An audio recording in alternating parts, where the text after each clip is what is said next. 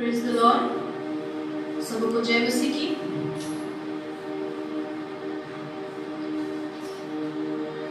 इस समय परमेश्वर को धन्यवाद देंगे क्योंकि एक बार फिर से हम उसकी उपस्थिति में आ पाए हैं। परमेश्वर को हम धन्यवाद देंगे क्योंकि वो भला है, वो महान है और सारे पवित्रता का स्रोत परमेश्वर ही है।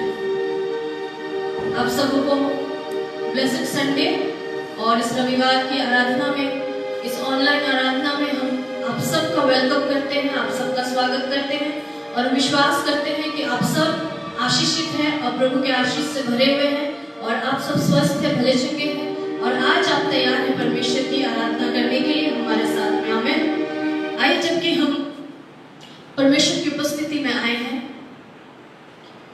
इस समय हम अपनी आंखों को बंद करें और अपने सरों को झुकाएं और इस समय हम प्रार्थना में जाएंगे।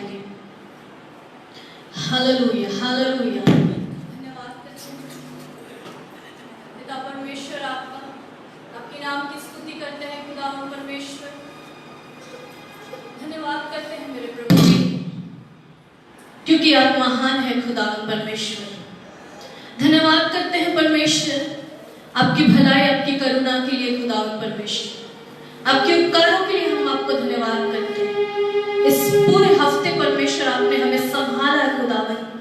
ओ खुदावन परमेश्वर, हर प्रकार के संकट और मुसीबतों से आपने हमें बचाया है खुदावन परमेश्वर। इसलिए हम आपका धन्यवाद और धन्यवाद करते हैं खुदावन परमेश्वर। आज के इस पवित्र दिन में परमेश्वर हम आपकी उपस्थिति में आते हैं खुदावन, आपकी स्तुति, आपकी महिमा करने के लिए परमेश्वर, आपकी आराधना करने के लिए खुदावन परमेश्वर। हम सबों को छू लीजिए प्रभु, हम सबों को अपनी आत्मा से भर दीजिए परमेश्वर। प्रभु जी, पवित्र आत्मा इस समय हर एक को आप स्पर्श कीजिए परमेश्वर। इस समय जहां कहीं भी आपके लोग बैठकर आपकी आराधना कर रहे हैं परमेश्वर, हर एक स्थान में परमेश्वर आप उपस्थित हो जाइए और हम सबों को परमेश्वर एक मन एक आत्मा कीजिए परमेश्वर, जिससे कि हम आपकी स्तुति, आपकी महिमा कर सके खुदावन परमेश्वर। आज के इस ऑनलाइन सर्विस को परमेश्वर हम आपके हाथों में सौंप देते हैं खुदावन। Hallelujah, hallelujah. धन्यवाद करते हैं, सारा आदर महिमा आपको देते हैं। प्रभु यीशु मसीह के नाम से प्रार्थना मांग लेते हैं, सुनिए और ग्रहण कीजिए। आमीन। हालेलुया। हम विश्वास करते हैं कि आप अच्छे हैं और प्रभु के अनुग्रह के द्वारा आप आशीषित हैं। और आइए इस समय हम, जबकि परमेश्वर की उपस्थिति में आज हम आए हैं हृदय की गहराई से और बड़े ही आनंदित होकर, खुश होकर, मगन होकर, प्रभु की आत्मा से भरकर उसकी महिमा करेंगे। हालेलुया। जिस प्रकार से परमेश्वर का वचन कहता है कि आज का दिन यहोवा ने बनाया है, तो आइए हम मिलकर हम खुशियां मनाएंगे आज के दिन में और परमेश्वर को हम धन्यवाद देंगे क्योंकि वो स्तुति के योग्य है। हालेलुया। क्या आप तैयार हैं मेरे साथ आराधना करने के लिए? आमीन। आइए।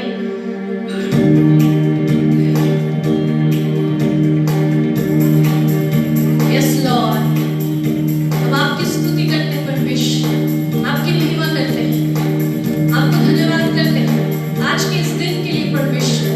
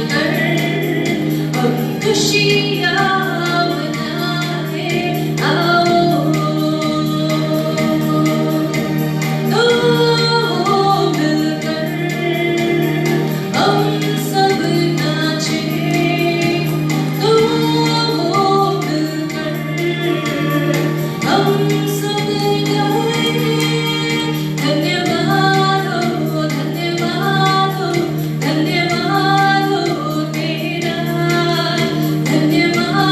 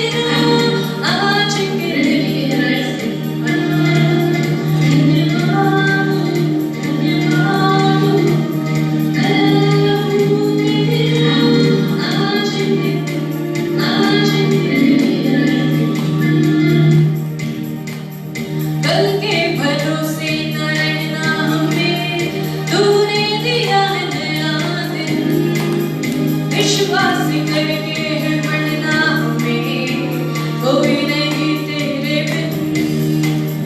कल के भरोसे न रहना हमें, तूने दिया है नया दिन, विश्वास करके है बढ़ना हमें, कोई नहीं तेरे बिन। आज के दिन तो मिलकर हम सब नाचे, तो मिलकर हम सब गाए। धन्यवाद हो, धन्यवाद हो, धन्यवाद हो तेरा, धन्यवाद हो, धन्यवाद हो प्रभु तेरा।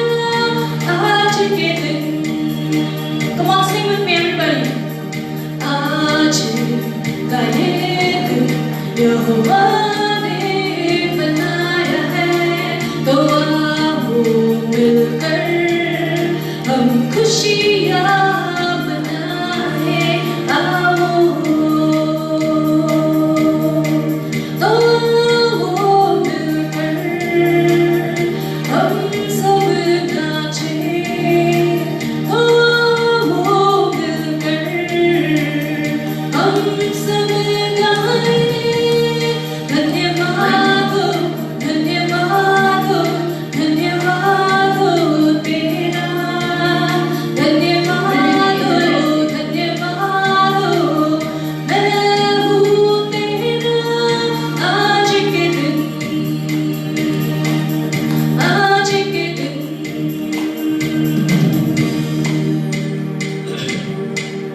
हालेलुया। क्या आप खुश हैं आज के दिन में परमेश्वर की उपस्थिति में आके?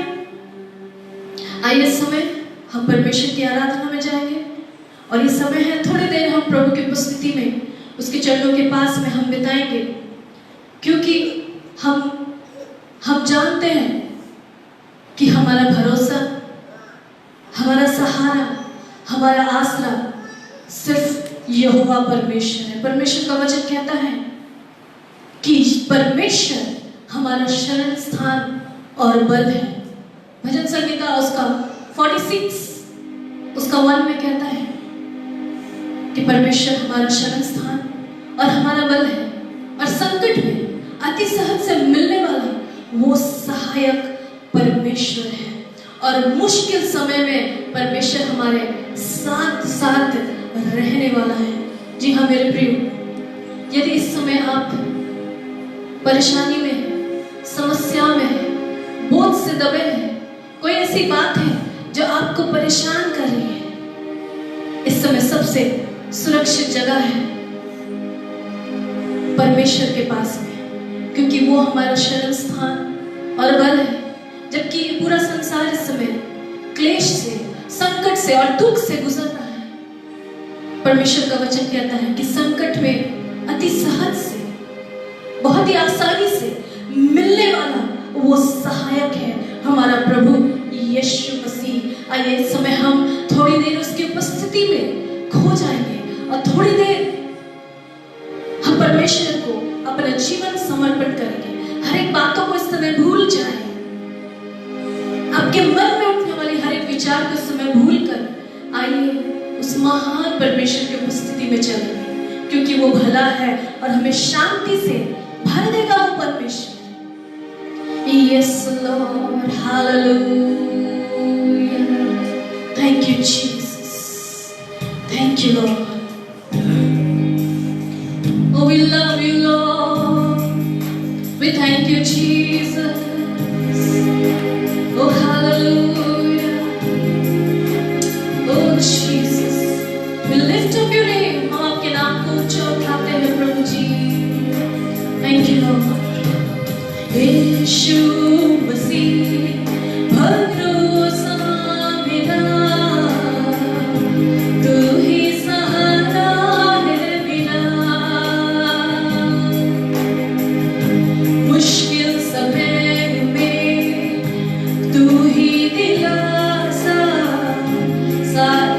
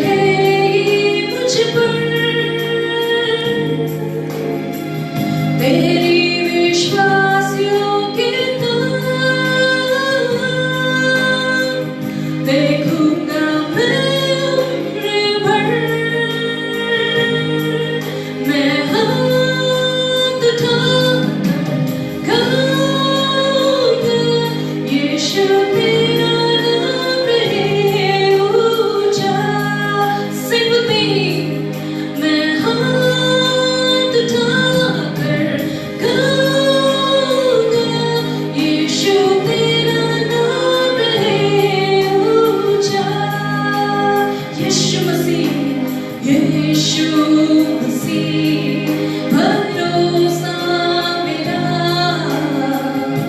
तू ही सहारा है मेरा। यस लॉर्ड, मुश्किल समय में तू ही दिलासा, साथ रहेगा तू सदा। करुणा भलाई तेरी देखूंगा मैं उम्र भर। हालेलुया, तेरी विश्वास योग्यता सदा रहेगी मुझ पर। मैं हाथ उठाकर गाऊंगा, यीशु तेरा नाम रहे ऊंचा। मैं हाथ उठाकर गाऊंगा, यीशु तेरा नाम रहे ऊंचा। हालेलुया, इस महान परमेश्वर को धन्यवाद दें, क्योंकि वही है जो हमें छुटकारा दे सकता है। वही परमेश्वर है जो हमें मुक्ति दे सकता है। प्रभु यीशु मसीह है जो हमें उद्धार दे सकता है, और कोई दूसरा मार्ग नहीं है और कोई दूसरा रास्ता नहीं है। सिर्फ हमारा प्रभु यीशु मसीह है जो हमें बचा सकता है, मौत से छुड़ा सकता है, हमें जीवन दे सकता है। हालेलुया, मौत से है बचाया तूने, जीवन नया है दे दिया। नाम लेकर पुकारा मुझे, महिमा से मुझको भर दिया। मेरे साथ मिलके गाएं, मौत से है बचाया तूने, जीवन नया है दे दिया। नाम लेकर पुकारा मुझे, महिमा से मुझको भर दिया। करुणा भलाई तेरी देखूंगा मैं उम्र भर। तेरी विश्वास योग्यता सदा रहेगी मुझ पर। मैं हाथ उठाकर गाऊंगा, यीशु तेरा नाम रहे ऊंचा। मैं हाथ उठाकर गाऊंगा, यीशु तेरा नाम रहे ऊंचा। यीशु मसीह, यीशु मसीह भरोसा मेरा, तू ही सहारा है मेरा। मुश्किल समय में तू ही दिलासा, साथ रहेगा तू सदा। करुणा भलाई तेरी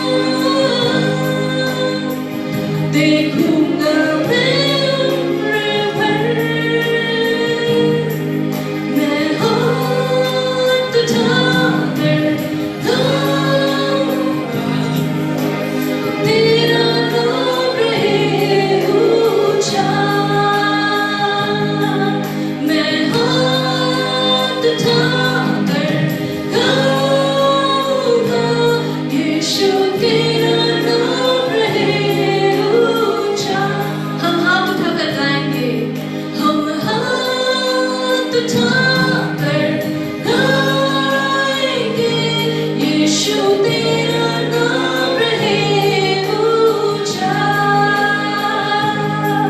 हम हाथ उठाकर गाएंगे, यीशु तेरा नाम रहे ऊंचा। एक बार फिर से मेरे साथ में गाएं, हम हाथ उठाकर गाएंगे, यीशु तेरा नाम रहे ऊंचा।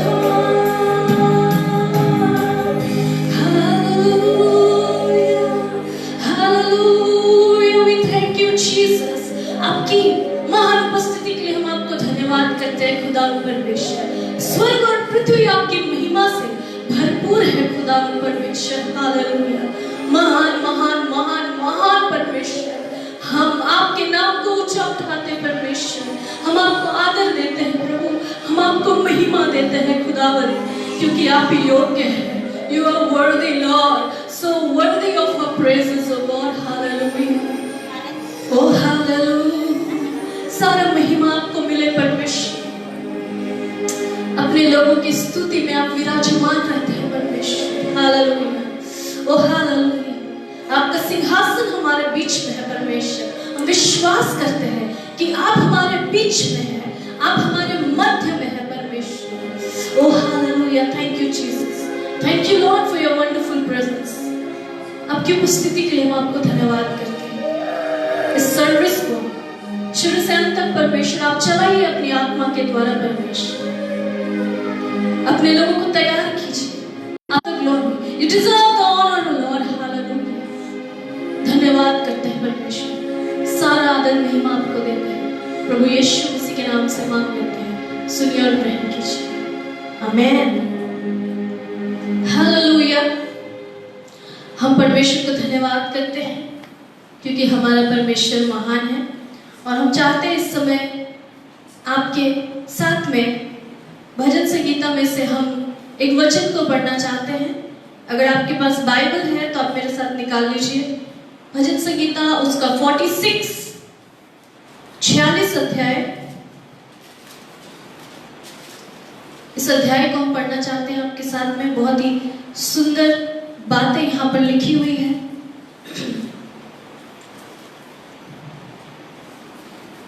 भजन संगीता चैप्टर 46, Psalms चैप्टर 46। आइए मेरे साथ मिलकर इस वचन को पढ़ेंगे। परमेश्वर हमारा शरण स्थान और बल है, संकट में अति सहज से मिलने वाला सहायक। इस कारण हमको कोई भय नहीं, चाहे पृथ्वी उलट जाए और पहाड़ समुद्र के बीच में डाल दिया जाए, चाहे समुद्र गरजे और फेन उठाए और पहाड़ उसकी बाढ़ से कांप उठे। एक नदी है जिसकी नहरों से परमेश्वर के नगर में अर्थात परम प्रधान के पवित्र निवास भवन में आनंद होता है। परमेश्वर उस नगर के बीच में है, वो कभी टलने का नहीं। पौ फटते ही परमेश्वर उसकी सहायता करता है। वो बोल उठा और पृथ्वी पिघल गई। सेनाओं का यहोवा हमारे संग है, याकूब का परमेश्वर हमारा ऊंचा गढ़ है। आओ यहोवा के महाकर्म देखो कि उसने पृथ्वी पर कैसा कैसा उजाड़ किया है। वो पृथ्वी की छोर तक लड़ाइयों को मिटा झोंक देता है। आइए 10 पद हम एक साथ मिलकर पढ़ेंगे। चुप हो जाओ और जान लो कि मैं ही परमेश्वर हूँ। मैं जातियों में महान हूँ, मैं पृथ्वी भर में महान हूँ। परमेश्वर इस पढ़े हुए वचन में आशीष दे, आमीन। और आइए इस समय हम अपने आप को तैयार करेंगे, क्योंकि थोड़े समय में हम परमेश्वर के वचन को सुनने के लिए हम जा रहे हैं। और हम विश्वास करते हैं कि आपने इस पूरा हफ्ता वेट, तो वो समय आ गया है जबकि हम परमेश्वर के वचन को सुनने जा रहे हैं। तो आप सब तैयार होकर बैठे और परमेश्वर के वचन को सुनिए। और इस समय हम बीच में बुलाना चाहते हैं पास्टर सत्य प्रकाश जायसवाल हमारे बीच में आएंगे और परमेश्वर के वचन से बातचीत करेंगे।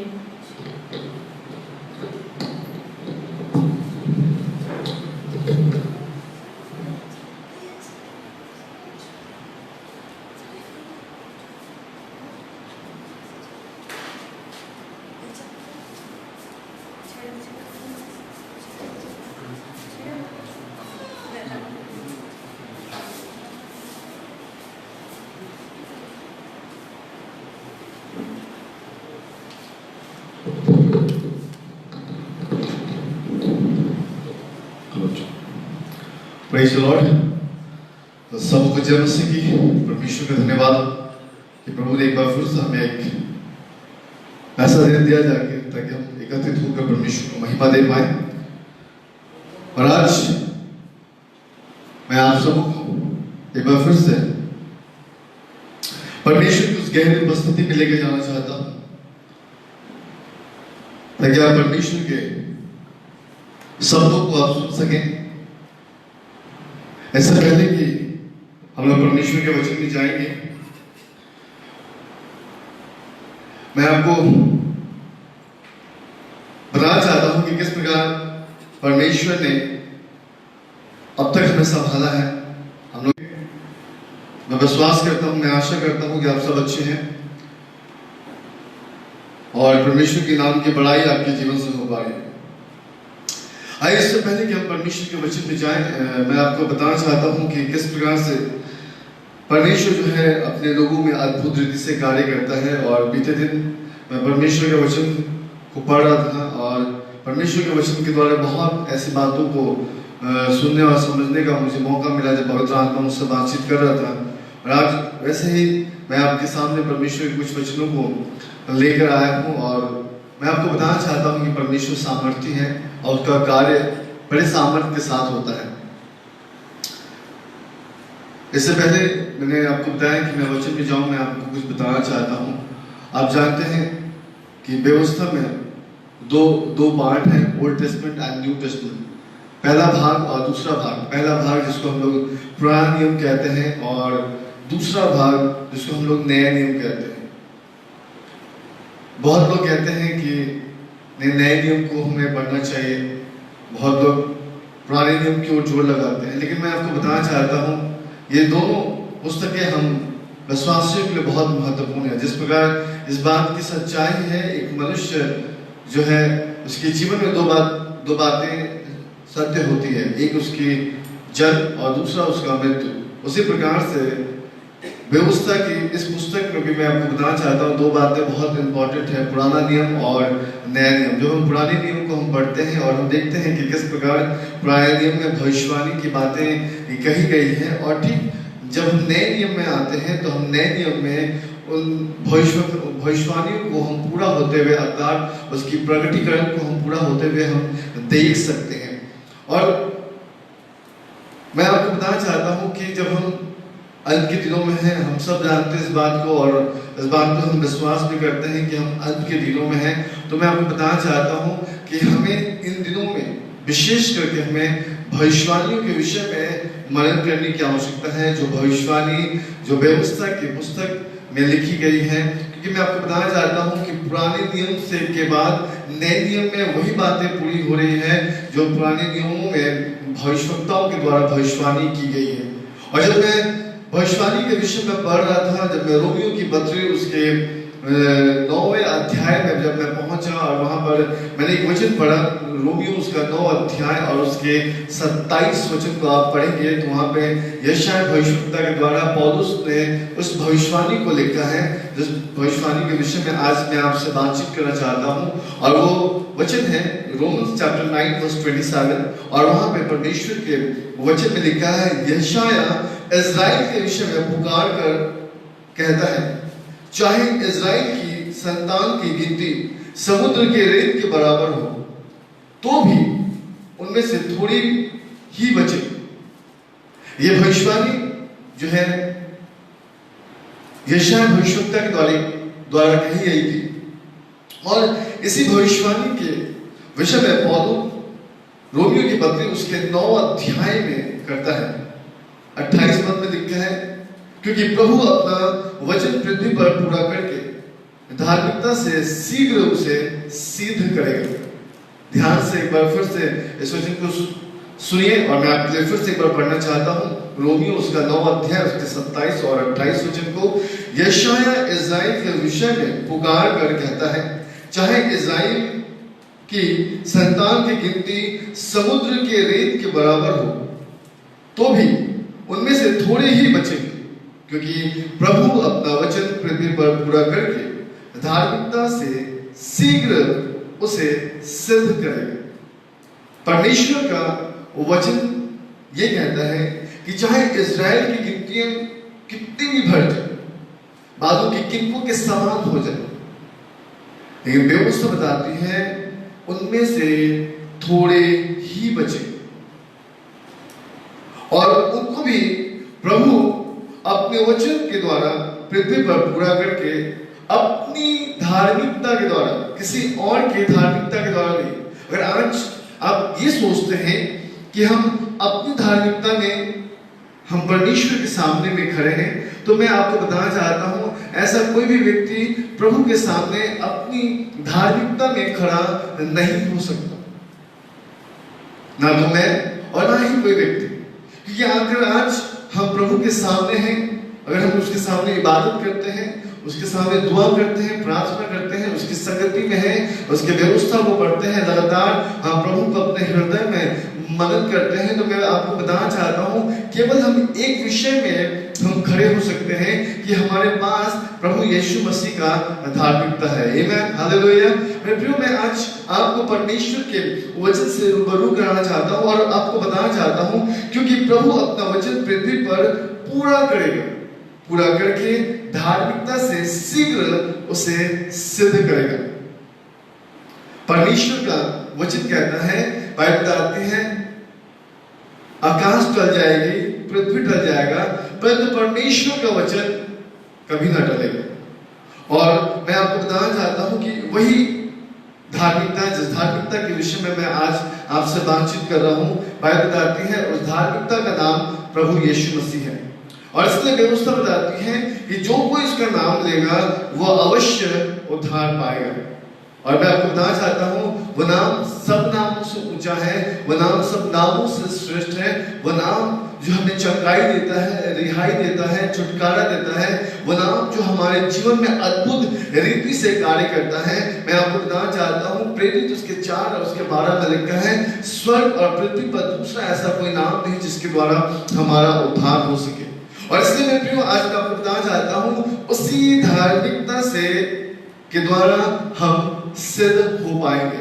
इसलिए मैं आज आपको बताना चाहता हूं कि इन भविष्यवाणियों की बातें जो शीघ्र पूरा होने वाली है, बियॉन्ड टाइम में होने वाला है, इसलिए मुझे और आपको आवश्यकता है कि हम उस परमेश्वर के वार्ड को हम जो है उस परमेश्वर की ओर निर्धारित हमारा जीवन जो है निर्धारित होने पाए। हम लगातार उस परमेश्वर के विषय में अपने जीवन में हम उन बातों को हम सोचें जो भविष्यवाणी वक्ताओं के द्वारा हमारे लिए भविष्यवाणी की गई है। क्योंकि मैं आपको बताना चाहता हूं कि जब पुराने नियम को जब आप चेक करते हैं, जब आप पुराने नियम को आप पढ़ते हैं, चाहे वो 4 मेजर प्रॉफिट हो, चाहे 12 माइनर प्रॉफिट हो, जब आप इन भविष्यवक्ताओं के पुस्तक को जब आप पढ़ते हैं तब आप एक विषय में आपको ज्ञात होगा कि किस प्रकार से हर एक भविष्यवक्ता, चाहे वो इन द बिगिनिंग जेनेसिस से हो, आप देखिएगा किस प्रकार से प्रभु यीशु मसीह के आगमन के अर्थात उसके आदि के विषय में प्रोफेसी होती है। और मैं आपको बताना चाहता हूं कि ठीक उसी प्रकार से भविष्यवक्ताओं की भविष्यवाणी हम कलीसियाओं के लिए, हम विश्वासियों के लिए है कि आज के दिन हमारा जीवन जो है परिवर्तन होने की आवश्यकता है। मैं आपको हबक्कुक उसके 2 अध्याय और उसके 30वें वचन में लेकर जाना चाहता हूं, क्योंकि व्यवस्था बताती है कि परमेश्वर की भविष्यवाणी जो है नित्य समयों में पूरी होने वाली है। आपने साथ निकाल सकते हैं हबक्कुक की पुस्तक उसके 2 अध्याय और उसके 30वें वचन में। और व्यवस्था बताती है क्योंकि इस दर्शन की बात नित्य समय में पूरी होने वाली है, वरन इसके पूरे होने का समय वेग से आता है, इसमें धोखा ना होगा, चाहे इसमें विलंब भी होगी तो भी उसकी बात जोते रहना, क्योंकि वह निश्चय पूरी होगी और उसमें देर ना होगी।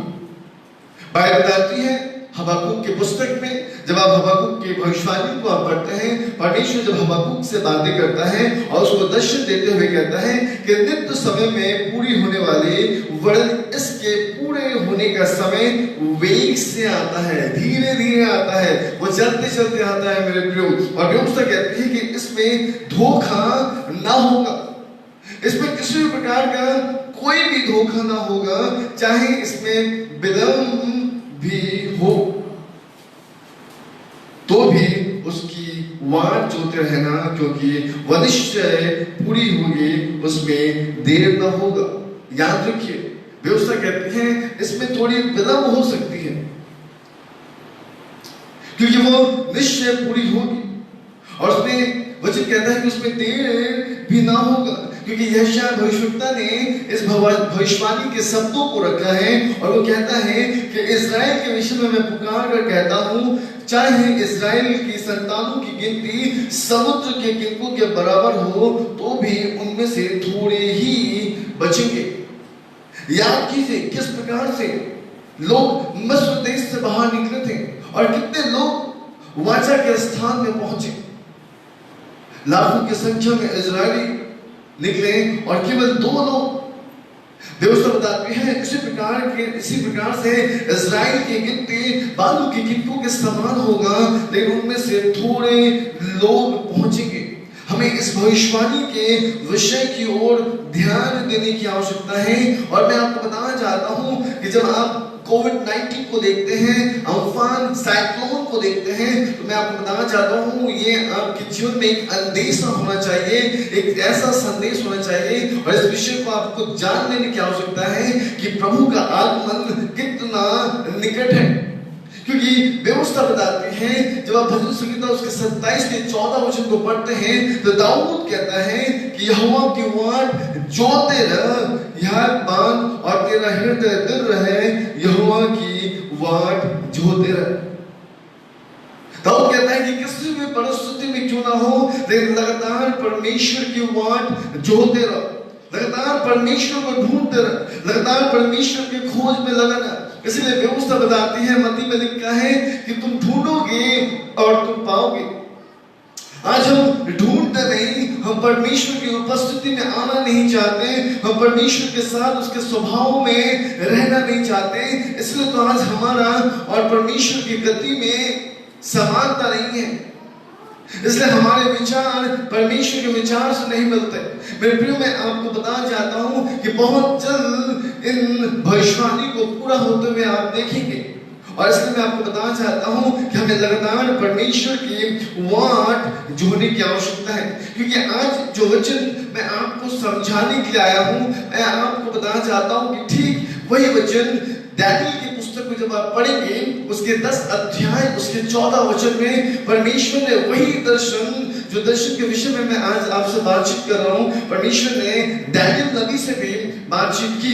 और बाइबल बताती है जब आप दानियेल भविष्यवक्ता की पुस्तक उसके 10 अध्याय और उसके 14 वचन को पढ़ेंगे, वहां पे प्रभु के वचन में लिखा है कि अब मैं तुझे समझाने आया हूं कि अंत के दिनों में तेरे लोगों की क्या दशा होगी, क्योंकि जो दर्शन तूने देखा है वो कुछ दिनों के बाद पूरा होगा। व्यवस्था बताती है कि जो दर्शन दानियेल ने देखा था, उस दर्शन के विषय में, जो दर्शन यशायाह भविष्यवक्ता के द्वारा कहा गया है, उस दर्शन के विषय में मैं आपको बताना चाहता हूं, वह दर्शन बहुत शीघ्र, बहुत जल्द वो वेग से आता है।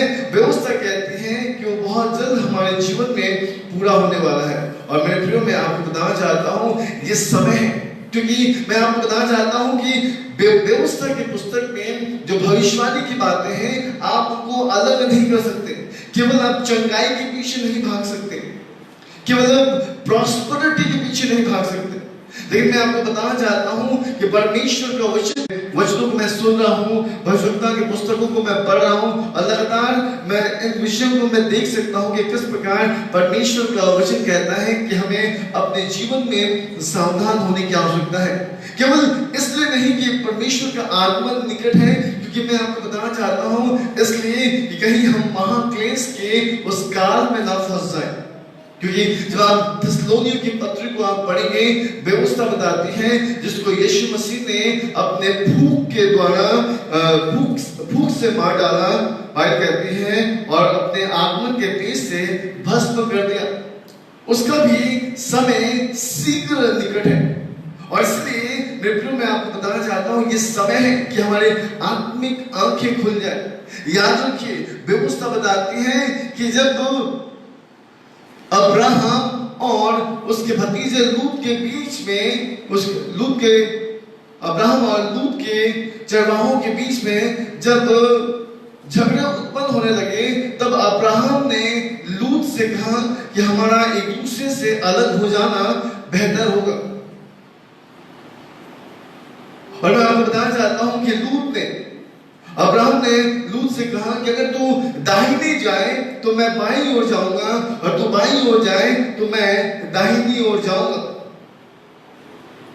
लूत ने जल्द से अपनी आंखें उठाई और उसने क्या देखा, वो सदम गमोरा की ओर देखा और देखा कि वहां पे बहुत हरियाली है, और वो उस ओर बढ़ गया और अब्राहम मरुस्थल की ओर बढ़ गया। लेकिन मित्रों, मैं आपको बताना चाहता हूं कि लूत ने अपनी आंखें उठाई और उसने हरियाली को देखा, लेकिन उस हरियाली के पीछे जो कोहराम था वो लूत को दिखाई नहीं दे रहा था।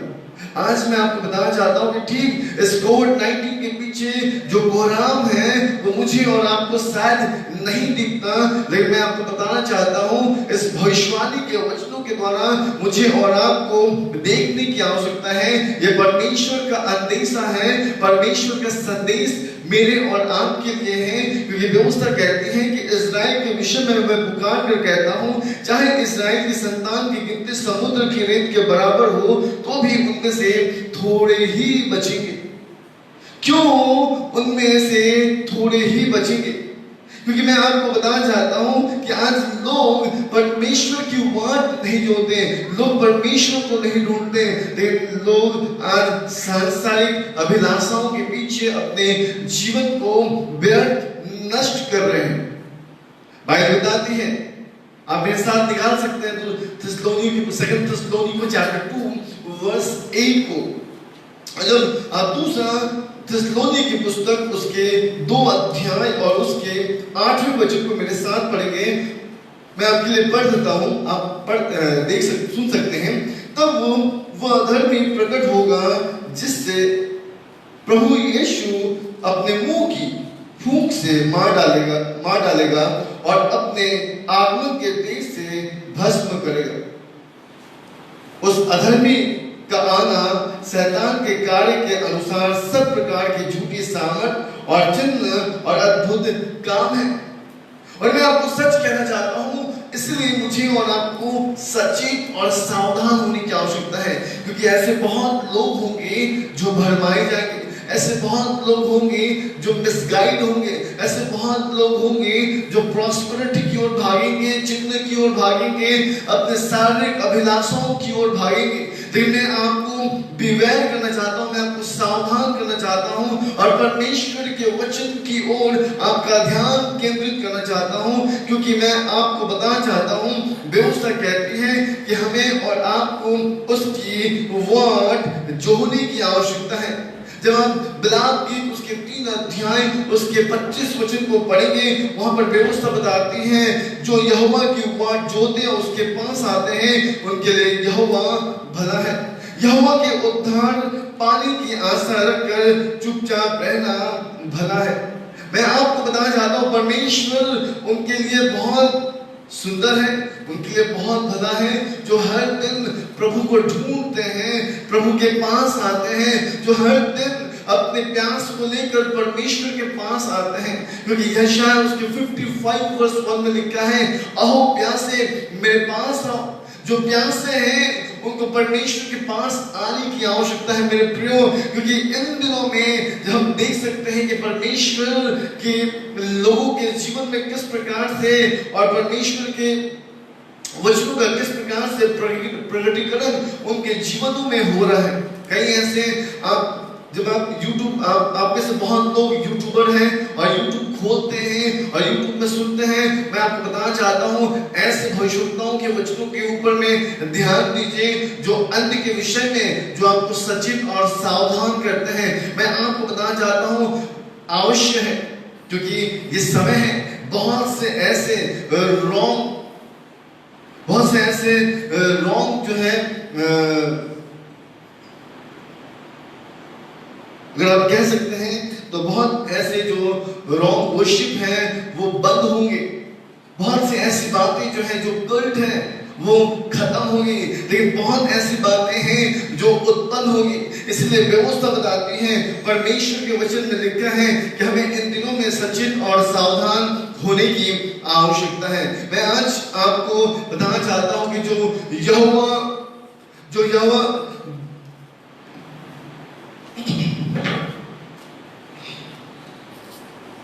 मैं आपको बताना चाहता हूं कि व्यवस्था कहती है कि जो यहोवा के उद्धार पाने के लिए यहोवा के पास आते हैं, यहोवा उनके लिए भला होता है। और मैं आपको कहना चाहता हूं, अवश्य है कि इन दिनों में जब हम अंत के दिनों की ओर बढ़ रहे हैं, लगातार हमारी वेग अंत की ओर बढ़ रही है और लगातार भविष्यवाणी की वेग जो है हमारी ओर बढ़ रही है, मैं आपको बताना चाहता हूं कि हमें सावधान होने की आवश्यकता है और लगातार परमेश्वर की ओर ताकने की आवश्यकता है। व्यवस्था बताती है, यशायाह भविष्यवक्ता की पुस्तक अगर आप पढ़ेंगे, वहां पे लिखा है, तो भी यहोवा इसलिए विलंब करता है कि तुम पर अनुग्रह करे और इसलिए ऊंचे उठेगा कि तुम पर दया करे, क्योंकि यहोवा न्यायी परमेश्वर है। क्या ही धन्य है जो उस पर आशा लगाए रहते हैं।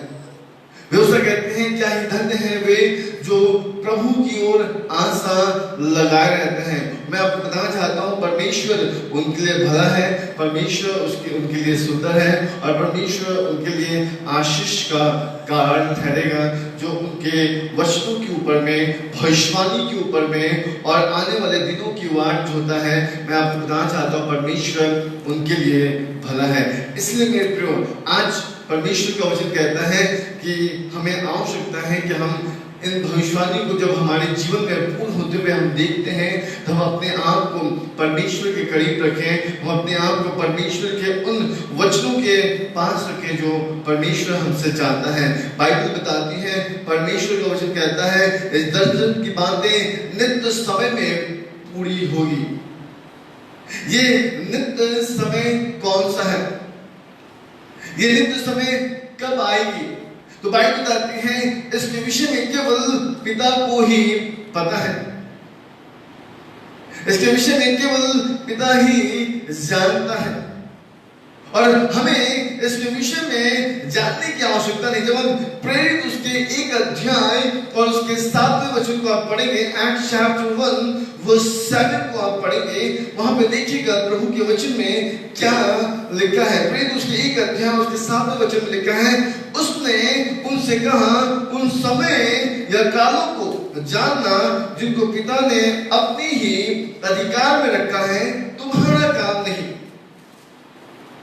व्यवस्था कहती है कि उन बातों को जानना हमारा काम नहीं, लेकिन हमारा काम क्या है, हमारा उद्देश्य क्या है? तो बाइबल बताती है कि हमारा काम परमेश्वर की वाट जोहना है। हमें लगातार परमेश्वर को ढूंढने की आवश्यकता है, लगातार प्रभु यीशु मसीह की उपस्थिति में होकर उसके नाम की महिमा, उसकी प्रशंसा करने की आवश्यकता है। क्योंकि बाइबल बताती है, जब आप परमेश्वर के वचन को आप देखेंगे, प्रेरित उसके 4 अध्याय उसके 26 वचन में वहां पर लिखा है कि हमें किस प्रकार परमेश्वर की स्तुति और उसकी आराधना करने की आवश्यकता है। मेरे प्रियो, मैं आपको बताना चाहता हूं, व्यवस्था बताती है, परमेश्वर के वचन स्पष्ट है कि हमें अंत के दिनों में परमेश्वर के निकट आने की आवश्यकता है, परमेश्वर के करीब आने की आवश्यकता है, क्योंकि वही हमारा रक्षक है, वही हमें हानि से बचा सकता है, वही हमें ऐसे अम्फान, साइक्लोन से, कोविड-19 से, आने वाले तमाम डिजास्टर से वो हमें सेव कर सकता है। और मैं आपको बताना चाहता हूं, इसलिए मुझे और आपको लगातार परमेश्वर की वाट जोहने की आवश्यकता है। व्यवस्था कहती है, मैं यहोवा की वाट जोहता रहूंगा, मैं यहोवा की वाट जोहता रहूंगा और मैं जी से उसकी वाट जोहता रहूंगा और मेरी आशा उसके वचन पर है। Psalms 130 verse 5 में मेरी आशा उसके वचनों पे है। आपको पता है ये वचन कौन है? अगर आप यूहन्ना उसके 1 अध्याय उसके 1 वचन को पढ़ेंगे, वहां पर लिखा है कि आदि में वचन था, वचन परमेश्वर के साथ था और वचन ही परमेश्वर था। ये वही वचन था जिसमें जीवन थी और वो जीवन मनुष्यों के लिए ज्योति थी। ये वही वचन है जो फ्लेश बन गया, बॉडी बन गई, और बाइबल बताती है कि उस बॉडी का नाम यीशु मसीह है।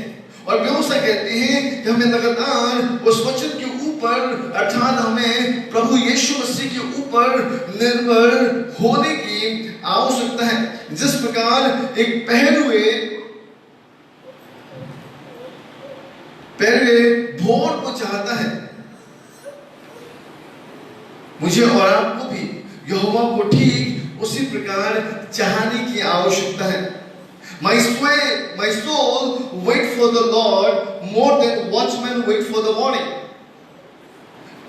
जिस प्रकार से Psalm 120:6 में लिखा है कि पहरुए जितने भोर को चाहते हैं, हाँ पहरुए जितने भोर को चाहते हैं, उससे भी अधिक मैं यहोवा को अपने प्राण से चाहता हूं। मैं आपको सच कहना चाहता हूं कि हमें लगातार उस परमेश्वर की ओर निर्धारित होते हुए, हमें परमेश्वर की ओर अपने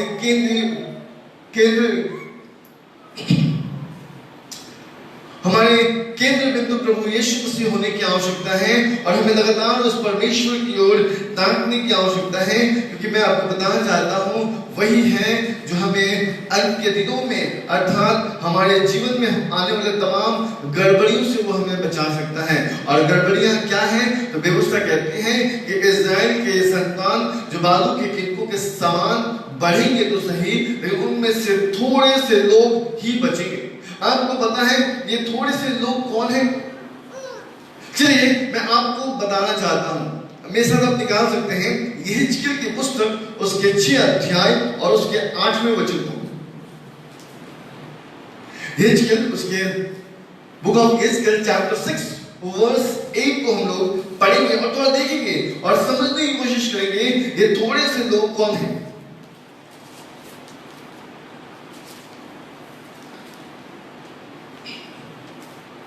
बाइबल में लिखी है यहेजकेल उसकी 6 अध्याय उसके 8वें वचन में, तो भी मैं कितने को बचाए रखूंगा, सो जब तुम देश देश में तितर होंगे, तब अन्यजातियों के बीच तुम्हारे कुछ लोग तलवार से बचे रहेंगे, और वे बचे हुए लोग उन जातियों के बीच जिनमें बंधुए होकर जाएंगे मुझे स्मरण करेंगे, और यह भी कि हमारा व्यभिचारी हृदय यहोवा से कैसे हट गया है, और व्यभिचारी की सी हमारी आंखें मूर्तों पर कैसे लगी हैं, जिससे यहोवा का मन टूटा।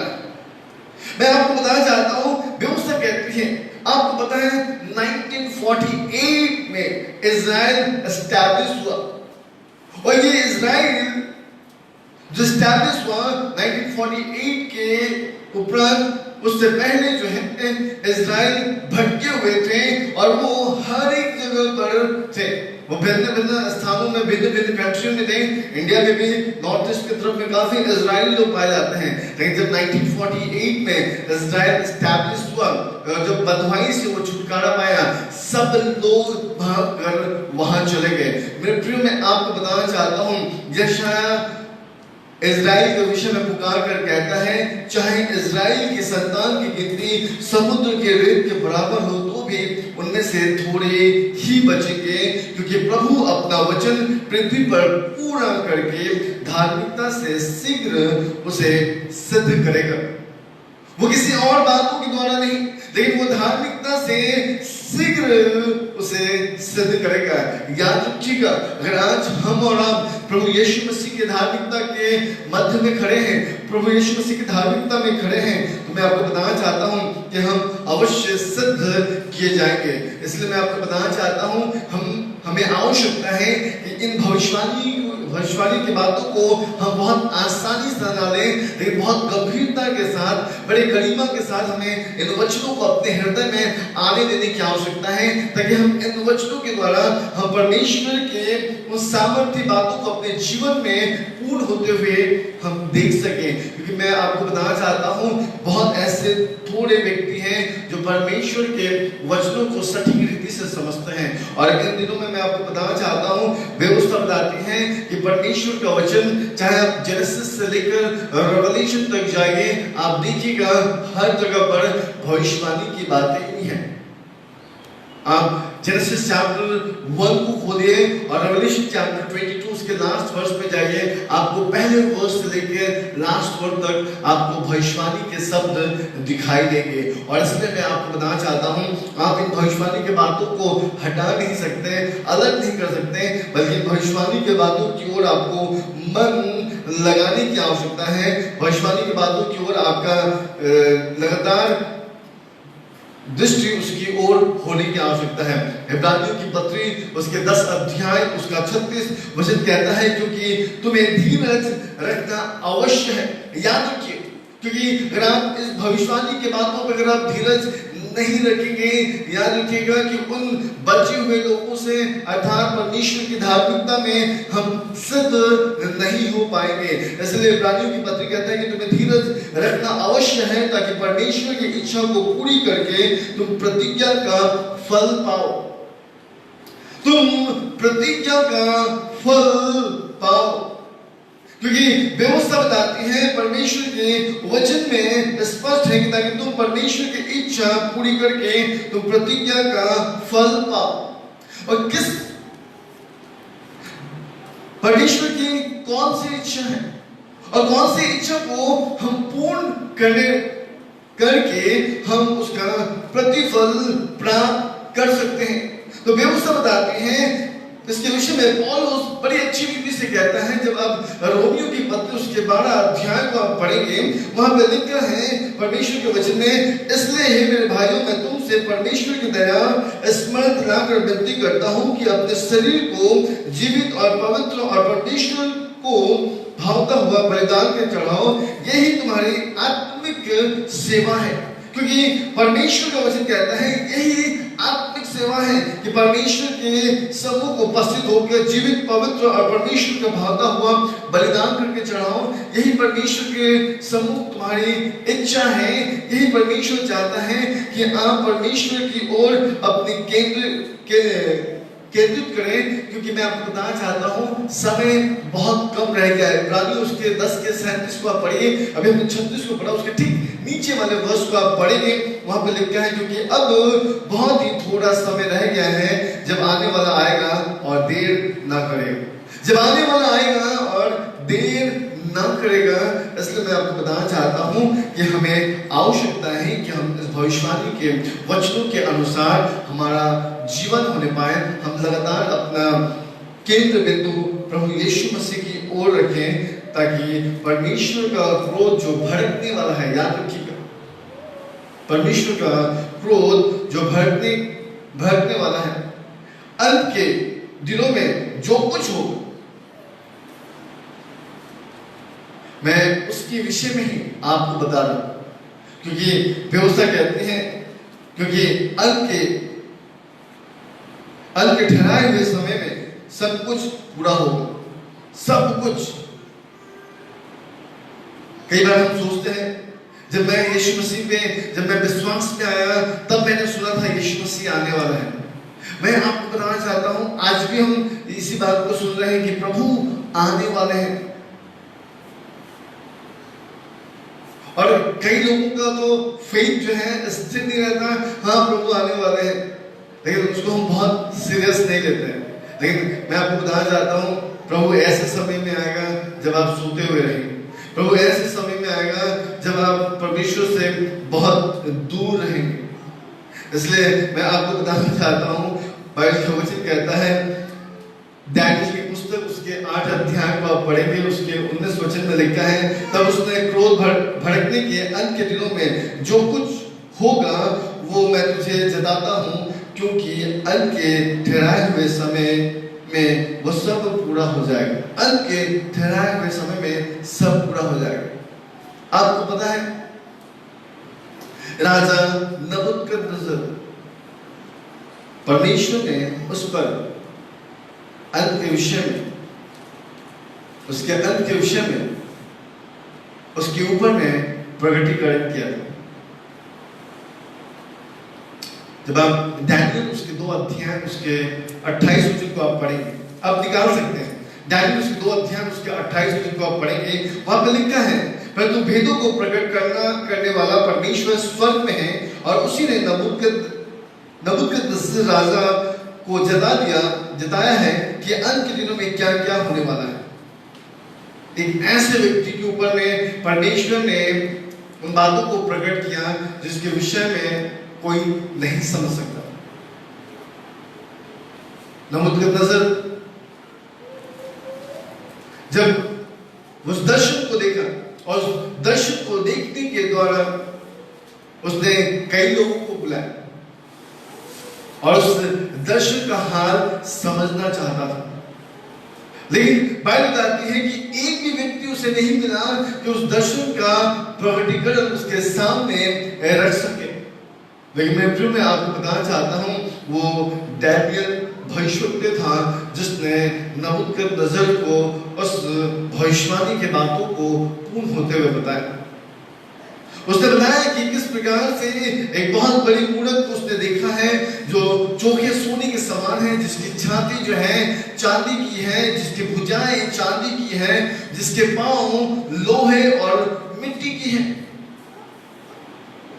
और व्यवस्था बताती है कि जिसकी पांव लोहे और मिट्टी की है, लेकिन एक बड़ा पत्थर आकर उस बड़े से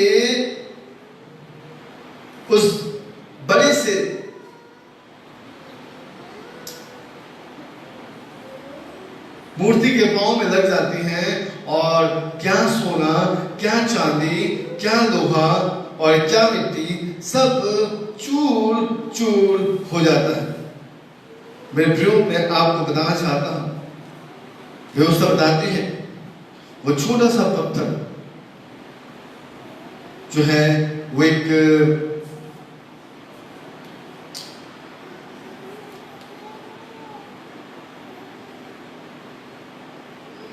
वो छोटा सा पत्थर एक पहाड़ बन जाता है। वो छोटा सा पत्थर जो उस मूर्ति पे लगती है, जिस मूर्ति के विषय में डैनियल जो है, डैनियल राजा नबूकदनेस्सर के उस दर्शन की बातों को बताता है। मैं आज आपको बताना चाहता हूं, ऐसे कई छोटे पत्थर हैं जो हमारे और आपके जीवन में हैं, और मैं आपको बताना चाहता हूं, हो सकता है आप दिखने में उस चोखे सोने के समान बहुत अच्छे दिखते हैं, आप विश्वास में बहुत परिपक्व दिखते हैं, आपकी भुजाएं उस चांदी के समान होगी, हो सकता है कि आप बहुत अच्छे लगते हैं, और लेकिन आपके अंदर में बहुत कुछ अलग ही चल रहा है, आपके पांव लोहे और उस मिट्टी के समान होंगे। लेकिन मैं आपको बताना चाहता हूँ, एक ऐसा पत्थर से आपको ठोकर लगेगा और आप चूर चूर हो जाएंगे। यही तो ये शायद भविष्यवक्ता रोमियो की पत्री में पौलुस यशायाह भविष्यवक्ता के भविष्यवाणी को रखता है और कहता है कि यशायाह इजराइल के विषय में पुकार कर कहता है, चाहे इजराइल की संतान की गिनती समुद्र के रेत के बराबर हो तो भी उनमें से थोड़े ही बचेंगे, उनमें से बहुत अल्प संख्याओं में लोग बचेंगे। और व्यवस्था बताती है वो जो लोग बचेंगे उसको प्रभु अपनी धार्मिकता से शीघ्र उसे सिद्ध करेगा। याद रखिए, इन दिनों में आप देख रहे हैं किस प्रकार से ये 2020 डेड ईयर्स बन गया है, और लगातार इस वर्ष जो है कुछ और हमारे कानों में नहीं आ रहा है, लेकिन हम लगातार सुनते हैं हर दिन इतने लोग मारे जा रहे हैं, हर दिन जो लोग मृत्यु के आगोश में लेट जा रहे हैं, सो जा रहे हैं।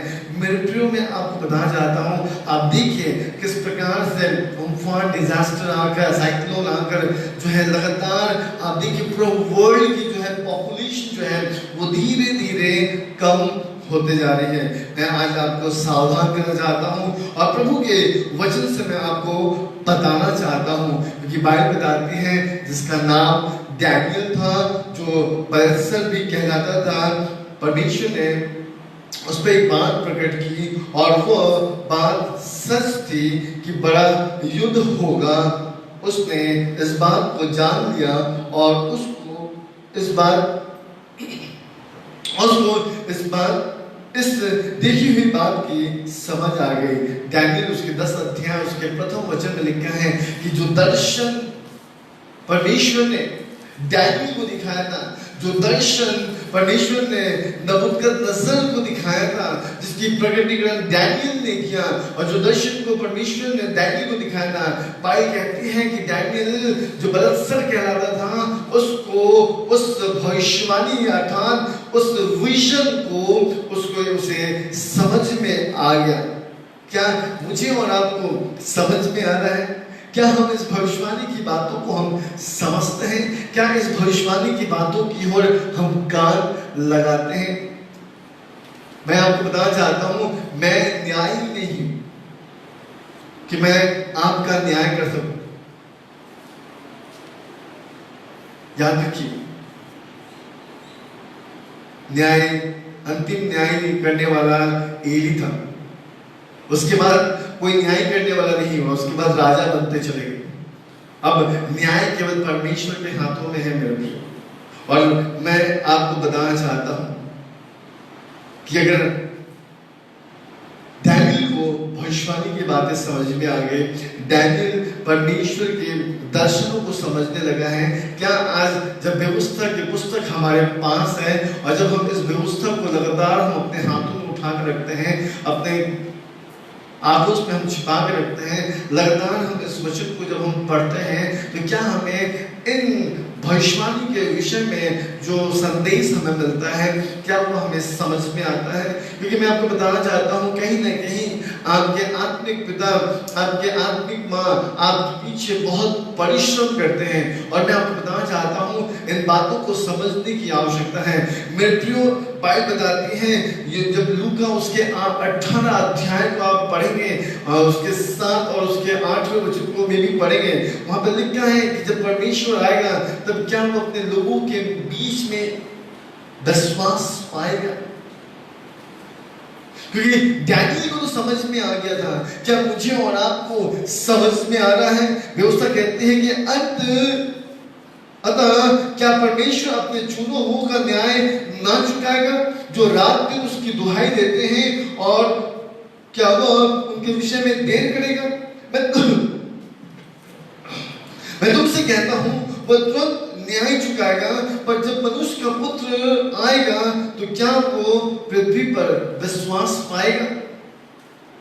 क्योंकि आज आप देखिएगा किस प्रकार से प्रॉस्पेरिटी की भरमार लगी हुई है, चंगाई की भरमार लगी हुई है। मैं आपको बताना चाहता हूं कि मुझे और आपको धीरज रखने की आवश्यकता है। आज लोग जो है ऐसी बातों में फंस जा रहे हैं जो परमेश्वर की उपस्थिति से हट रहे हैं। ध्यान दीजिएगा, दूसरा पत्रस पढ़िए उसके 2 अध्याय को, क्योंकि मैं आपको बताना चाहता हूं, जब दूसरा पत्रस उसके 2 अध्याय उसके प्रथम वचन को आप पढ़ेंगे, आपको अंदेशा मिलेगा कि परमेश्वर किस विषय में आपको सावधान कराना चाहता है। याद रखिए, उन दिनों में भी ऐसे भविष्यवक्ताएं थे, उन दिनों में भी ऐसी भविष्यवाणियां होती थी जो परमेश्वर के विरोध में थी, जो परमेश्वर के द्वारा नहीं लेकिन मनुष्य के द्वारा प्रेडिक्शन थी।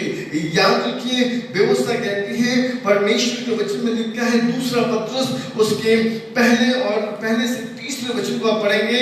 मैं आपको बताना चाहता हूं कि व्यवस्था कहती है कि जिस प्रकार उन लोगों में झूठे भविष्यवक्ता थे, उसी प्रकार तुम में भी झूठे उपदेशक होंगे, जो नाश करने वाले पाखंड का उत्कर्षण छिपाकर करेंगे, और उस प्रभु का जिसने उन्हें मोल लिया है इनकार करेंगे, और अपने आप को शीघ्र विनाश में डालेंगे, और बहुत सारे उनके समान दूषण करेंगे, जिनके कारण सत्य की मार की निंदा की जाएगी। ध्यान दीजिएगा, सत्य की मार की निंदा की जाएगी। जब आप 30वें पद को पढ़ेंगे, वहां पर व्यवस्था कहती है, और वे लोग के लिए बातें गढ़कर तुम्हें अपने लाभ का कारण बनाएंगे, और जो दंड की आज्ञा उन पर पहले से हो चुकी है, उसके आने में कुछ भी देर नहीं, और उनका विनाश ऊंघता नहीं है। बाइबल कहती है कि उनका विनाश ऊँगता नहीं है। व्यवस्था कहती है कि उनका न्याय आने में देर नहीं है। मैं प्रियो मैं आपको बताना चाहता हूँ कि डैनियल समझ गया था, लेकिन क्या अब तक हम समझे हैं? क्या अब तक हम जानते हैं कि परमेश्वर मुझसे और आपसे क्या बातें करता है? परमेश्वर इस भविष्यवाणी के द्वारा मुझे और आपको किस बात का अंदेशा दिलाना चाहता है? मैं आपको बहुत गहराई बातों में तो नहीं ले जा रहा, लेकिन मैं चाहता हूं कि आप परमेश्वर के हृदय को आप समझें। क्योंकि बाइबल बताती है दाऊद ने परमेश्वर के हृदय को समझ लिया था, इसलिए प्रेरित उसके 13 अध्याय उसके 22वें वचन में दाऊद परमेश्वर जो है कहते हैं कि दाऊद जो ईशे का पुत्र है, मेरे हृदय के मन के अनुसार मुझे मिल गया है। क्या आज परमेश्वर मुझे और आपको इसके विषय में देखता है? क्या मुझे और आपको समझता है कि मैं और आप उसके हृदय के करीब हैं? मैं प्रियो मैं आपको बताना चाहता हूँ, डैनियल समझ गया था क्या हम और आप बुद्धिमान हैं?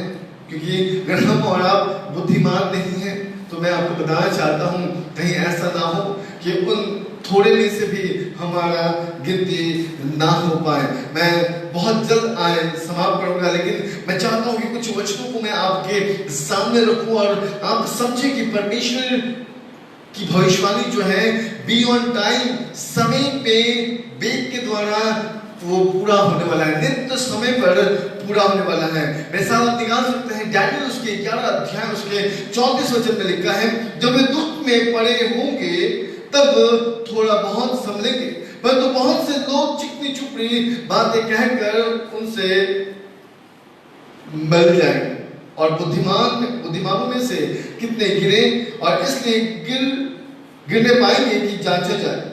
मैं आपको बताना चाहता हूं कि बहुत लोग ऐसे हैं जो गिर जाएंगे ताकि वो जांचा जाए और निर्मल और उजले किए जाएंगे। यह दशा अंत के समय तक बनी रहेगी, क्योंकि इन सब बातों का अंत नित्य समय में होने वाला है। इन सब बातों का अंत नित्य समय यानी कि एक स्थिर समय पे होने वाला है। आपको पता है आई थिंक 4 to 450 इयर्स तक परमेश्वर ने कोई भी भविष्यवक्ताओं को नहीं भेजा। मलाकी आखिरी भविष्यवक्ता था, इसके बाद कोई भी भविष्यवक्ता नहीं आता है। और मैं आपको बताना चाहता हूँ, इसलिए आप देखिएगा मलाकी और मत्ती के बीच में बहुत गैप आपको दिखता है। क्यों पता है? क्योंकि मलाकी आखिरी भविष्यवक्ता था और परमेश्वर उसके बाद सीधा अपने पुत्र को भेजने वाला था। आपने एक दृष्टांत तो अवश्य पढ़ा होगा कि एक व्यक्ति था जिसने एक जमीन मोल ले ली और जमीन मोल लेने के बाद उसने उस जमीन को जो है किसानों के हाथों में दे दिया ताकि वो वहां पे फसल उपजाए। और उस व्यक्ति ने उस जगह पर अपने लोगों को भेजा, लेकिन लोगों ने उनको मारा और भगा दिया। फिर उसने और भी सेवकों को भेजा, उसको भी मारा और भगा दिया। ऐसे करके कई सेवकों को उसने भेजा, लेकिन अंत में उसने क्या भेजा? उसने अंत में अपने इकलौते पुत्र को भेजा ताकि इसके द्वारा हो सकता है कि वो इसका उस जमीन का भाग उसे दे दे। लेकिन जब वो इकलौता पुत्र लेने के लिए गया तब किसानों ने देखा कि अरे ये तो मालिक का क्या है, मालिक का ये तो बेटा है और यही अधिकार रखने वाला है, आओ हम सब इसे मिलकर मार दे। और आपको पता है उसको मार डाला गया। बाइबल बताती है ठीक ये दृष्टांत हमारे प्रभु यीशु मसीह के विषय में पूर्ण करती है और बताती है कि किस प्रकार से ढेरों भविष्यवक्ता आए, लेकिन अंत में परमेश्वर ने अपने इकलौते पुत्र को भेजा। और व्यवस्था बताती है कि उसका आना और उसका जाना नित्य समय पे हुआ था। गलातियों उसके 4 अध्याय उसके 4 वचन को आप पढ़ेंगे, वहां पर लिखा है कि उनका आना नित्य समय पे हुआ था। मैं आपको बताना चाहता हूँ कि ठीक भविष्यवाणी की बातें भी नित्य समय पे पूरी होगी। आपको पता है मिस्र में जो है इस्राएली लोग कितने वर्ष तक थे? 430 वर्ष तक, 430 इयर्स। लेकिन मैं आपको बताना चाहता हूं कि नित्य समय में, ठीक समय पर, जब आप एक्सोडस चैप्टर 12 वर्स 40 को आप पढ़ेंगे, निर्गमन उसके 12 अध्याय उसके 40 वचन को पढ़ेंगे, तो व्यवस्था कहते हैं कि ठीक नित्य समय पर इजराइली जो है मिस्र से बाहर निकले और फिरौन की सेना जो है ठीक समय पर दंडित हो गई। मित्रों, मैं आपको बताना चाहता हूं, जब इजराइली फिर से बंधुआई में आ गए और जब इस बार वो बाबुल में थे और 70 वर्ष तक थे, 70 इयर्स तक परमेश्वर ने एक निर्धारित समय रखा है। याद रखिए, मैं हमेशा बताता हूं कि परमेश्वर आपको बुढ़ापा में यूज नहीं करेगा।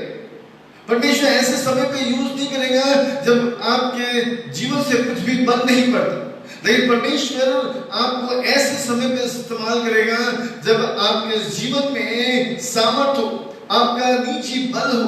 याद रखिए, व्यवस्था बताती है, परमेश्वर का वचन कहता है कि नित्य समय पर बाबुल से इजराइली लोग छुड़ाए गए। आपको पता है,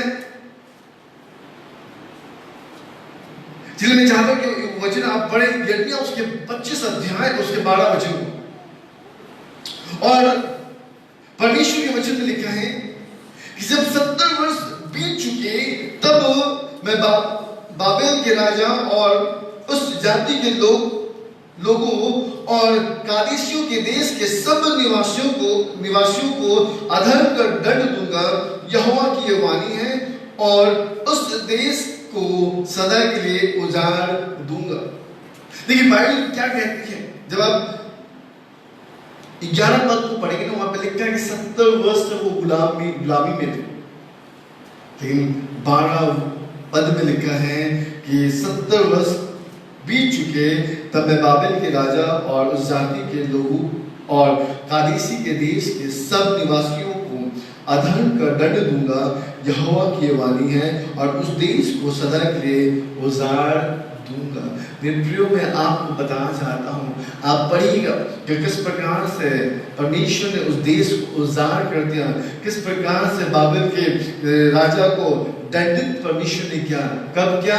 नित्य समय में। हालेलुया, नित्य समय में। और मैं आपको बताना चाहता हूं, बाइबल बताती है कि ये सारे प्रोफेसी भी ऑन टाइम, एक सही समय पर पूरा होने वाला है। और मैं आपको बताना चाहता हूं, इसीलिए मुझे और आपको आवश्यकता है कि हम प्रभु के अधीन में, अपने आत्मिक माता पिता के अधीन में हम बने रहें। क्योंकि मैं आपको बताना चाहता हूं, एक वचन मुझे याद आ रहा है, मैं चाहता हूं कि आपके लिए पढ़ूं। गलातियों की पुस्तक उसके 4 अध्याय और उसके प्रथम वचन में लिखा है, मैं ये कहता हूं कि वारिस जब तक बालक है, यदि वे सब वस्तुओं का स्वामी है, तो भी उसमें और दास में कुछ भेद नहीं। वारिस, अगर एक बच्चा है, ध्यान से सुनिए, जो वारिस होता है ना, आपको पता है ना, वारिस छोटा बच्चा को बोलते हैं, क्योंकि अगर मेरा बेटा है, मेरा बेटा शारोन है, मेरा बेटा एरोन है, अगर मेरा कुछ भी प्रॉपर्टी होगा, किसको जाएगा? मेरे बेटों को जाएगा, है ना? तो वो क्या है? मेरे वारिस हैं, ठीक है? तो जो भी मेरा जाएगा, मेरे बच्चों को जाएगा। और बाइबल कहती है, और दास में कोई भी फर्क नहीं, गुलाम में कोई भी फर्क नहीं। लेकिन दूसरे पद को आप पढ़िए, बड़ा इंपॉर्टेंट और बड़ा प्रमुख बात लिखा हुआ, वहां पर लिखा है कि परंतु पिता के ठहराए हुए समय तक रक्षक और भंडारी के वश में रहता है। किसके वश में रहता है? रक्षक के, यानी कि उसके अधीन में। बाइबल कहती है कि वो गार्जियन के अंदर में रहता है। और मैं आपको बताना चाहता हूं, अगर आप परमेश्वर के अधीन में, प्रभु के दासियों के अधीन में, अपने आत्मिक माता पिता के अधीन में रहते हैं, तो मैं आपको बताना चाहता हूं कि आप अवश्य उस गिनती में होंगे जिसको परमेश्वर अपने धार्मिकता से शीघ्र ही सिद्ध करने वाला है। इसलिए मेरे प्रियो, मैं आपको बताना चाहता हूं, व्यवस्था बताती है कि जब हम इन दिनों में परमेश्वर के वचन के बड़ा करीब है, परमेश्वर के वचन के भविष्यवाणी के पूर्ण होने में बहुत ही नजदीक है, तो हमें आवश्यकता है कि हम उसकी वाट जोते रहें। पता है, एक व्यक्ति था जिसका नाम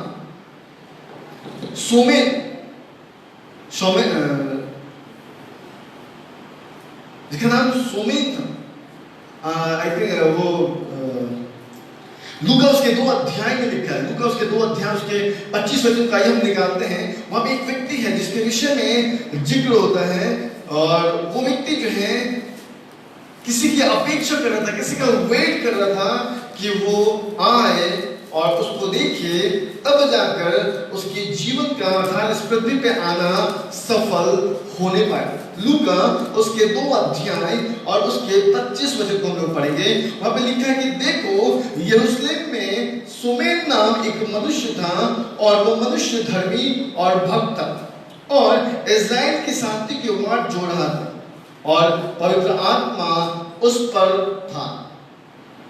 एक व्यक्ति था जिसका नाम सोमेन था, जो परमेश्वर का बड़ा भक्त था, परमेश्वर से बड़ा प्रेम रखता था, और बाइबल बताती है पवित्र आत्मा का सामर्थ उसके ऊपर था, और पवित्र आत्मा से उसको चेतावनी हुई कि जब तक तू प्रभु के मसीह को देख ना लेगा, तब तक मृत्यु को ना देखेगा। हालेलुया। पवित्र आत्मा के द्वारा उसे क्या हुई? एक विजन मिला, एक भविष्यवाणी मिली, एक दर्शन मिला कि जब तक तू प्रभु को स्वयं अपनी आंखों से ना देख लेगा, तब तक तेरी मृत्यु ना हो पाएगी। मेरे प्रियो, मैं आज आपको बताना चाहता हूं कि परमेश्वर ने उस सोमेन के जीवन को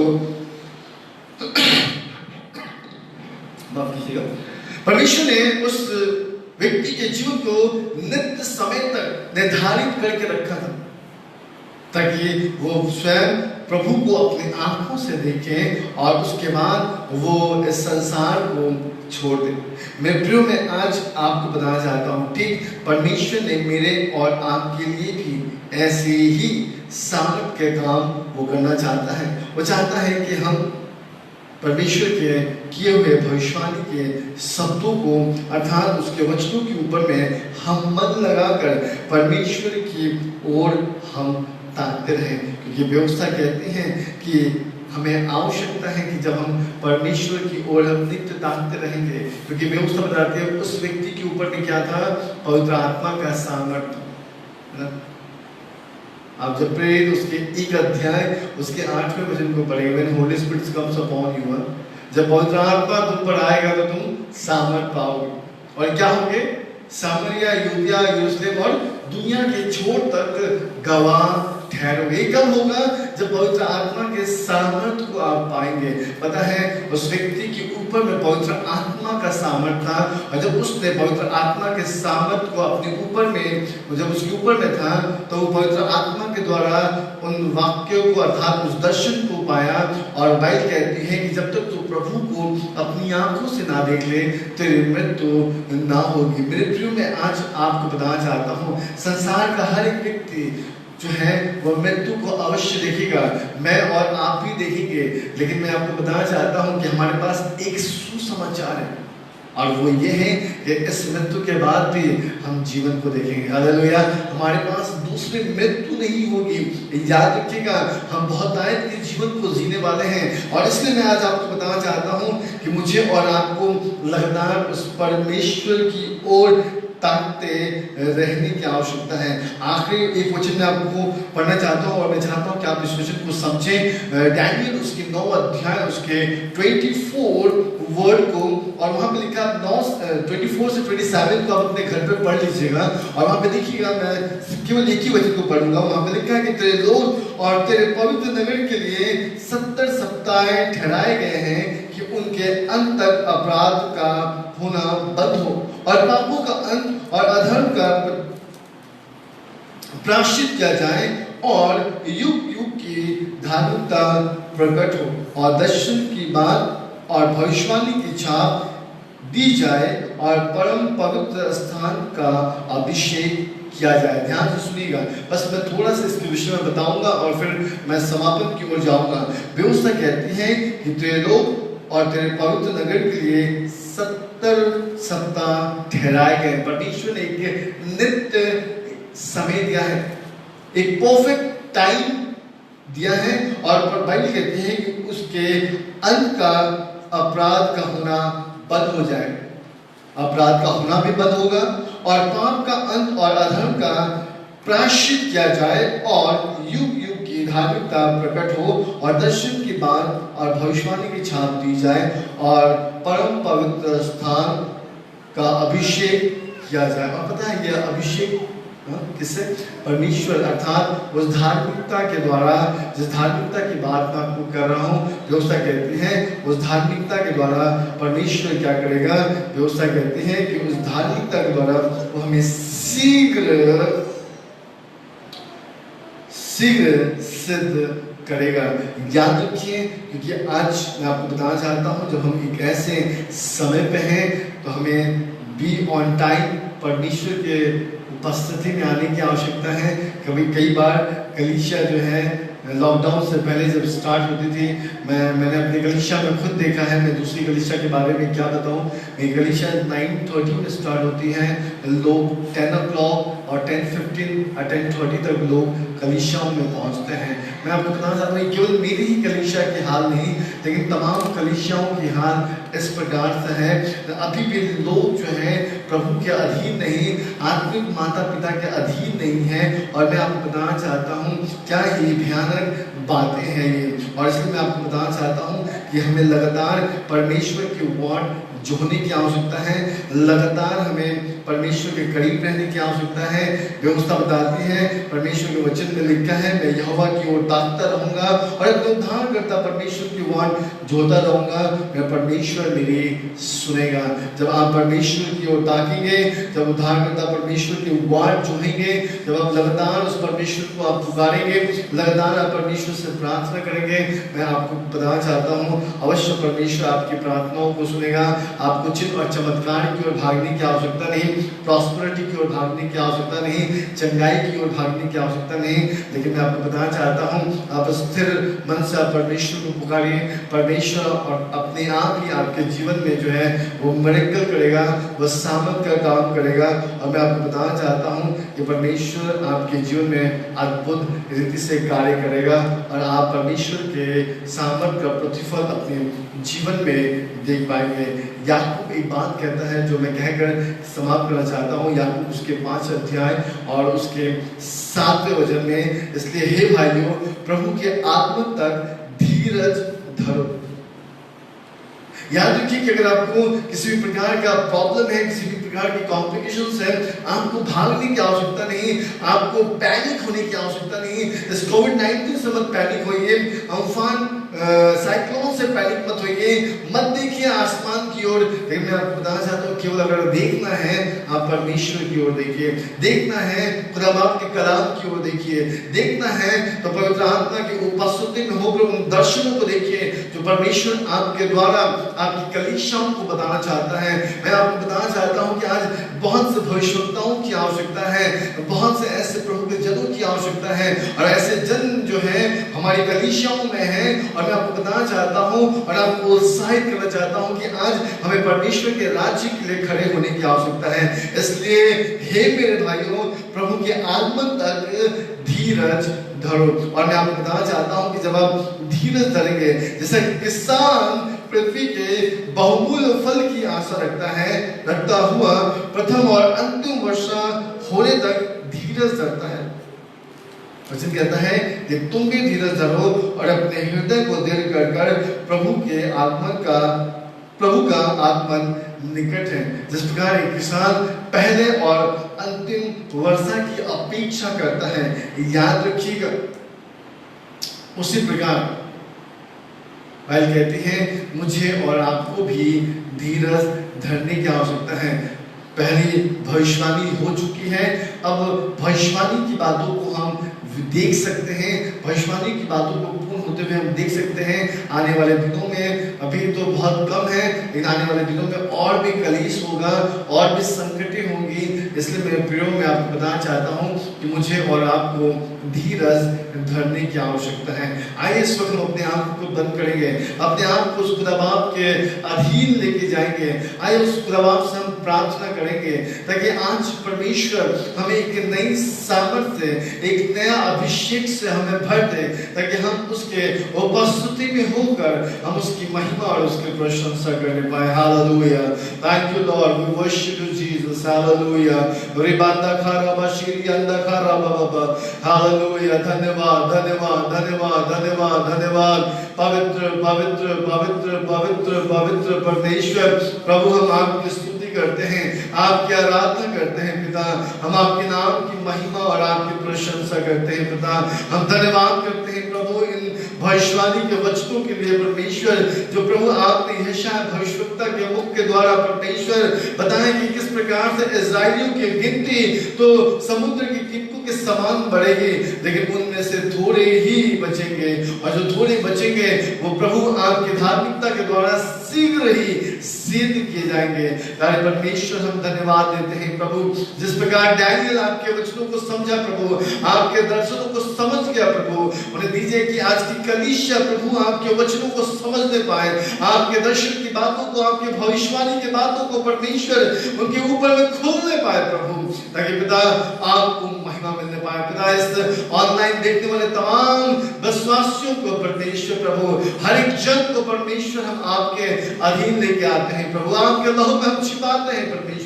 हम प्रार्थना करते हैं प्रभु कि हर एक पर अनुग्रह कर परमेश्वर, ताकि हर एक जन आपके वाट होने वाले होने पाए, हर एक जन परमेश्वर आपके वचन की ओर होने पाए परमेश्वर, हर एक जन परमेश्वर आपकी ओर ताकता रहना पाए प्रभु, हर एक जन उद्धार की बाट को जोहने पाए परमेश्वर, ताकि प्रभु आप उनके प्रार्थनाओं को सुने परमेश्वर, और उनके जीवन में प्रभु अद्भुत मिरेकल करने पाए। प्यारे परमेश्वर, हम प्रार्थना करते हैं प्रभु उन लोगों के प्रभु जो अपने शारीरिक दुर्बलता में है परमेश्वर, जो अपने जीवन में प्रभु इन दिनों में प्रभु अपने शरीर में जो कष्ट पा रहे हैं, प्यारे परमेश्वर विशेष करके पिता उनके लिए हम प्रार्थना करते हैं प्रभु, हर एक प्रकार के परमेश्वर प्रभु गड़बड़ी की आत्मा को प्रभु, स्टमक में होने वाले तमाम गड़बड़ियों को हम यीशु मसीह के नाम से हम खारिज करते हैं प्रभु, हर एक प्रकार के ब्रेस्ट ट्यूमर को हम यीशु मसीह के नाम से कैंसिल करते हैं पिता, हर एक प्रकार की कैंसर की आत्मा को हम यीशु के नाम से हम डांटते हैं प्रभु,